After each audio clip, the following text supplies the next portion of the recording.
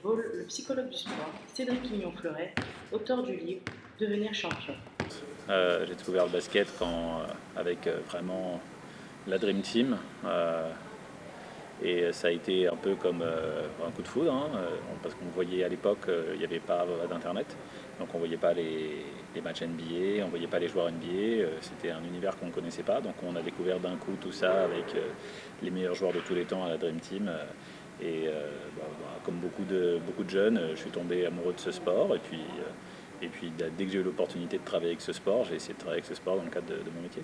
Il revient pour nous sur les relations entraîneur-entraîné, plus précisément entre les hommes et les femmes. C'est vrai qu'on ne s'adresse pas nécessairement de la même manière à des hommes et à des femmes. Et chaque entraîneur va avoir un peu sa conception de ça. Certains vont dire je vais entraîner les femmes exactement comme si j'entraînais des hommes.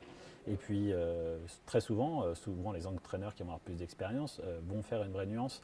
Et c'est pas forcément dans le fait de rentrer avec plus de sensibilité ou quoi, c'est juste qu'il y a des fois peut-être un besoin et une demande de dialogue qui est différente chez un public féminin que dans un public masculin.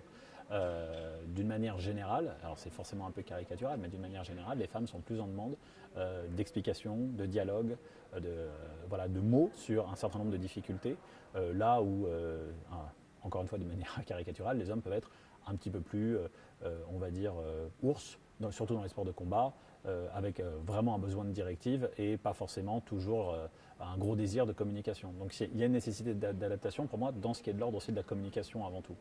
Moi, je ne pense pas nécessairement que de fait, l'entraîneur va se dire je vais prendre une position paternante ou je vais prendre une position maternante. Les choses vont se faire naturellement par rapport à sa sensibilité, à lui, la manière dont il développe, on va dire, l'affectif et le lien étroit avec un athlète. Et puis le désir, au fond, conscient ou inconscient de cet athlète, d'avoir quelque chose de fort qui se passe au niveau de la relation. Mais notamment, c'est vrai, dans les sports de combat ou tous les sports où il y a une notion on va dire, de dépassement de soi, physique, avec des notions vraiment, je pense, de rage et oui, et puis de résilience. Hein. C'est pas tous les sports n'ont pas la même valeur comme ça de combat, comme par exemple le judo.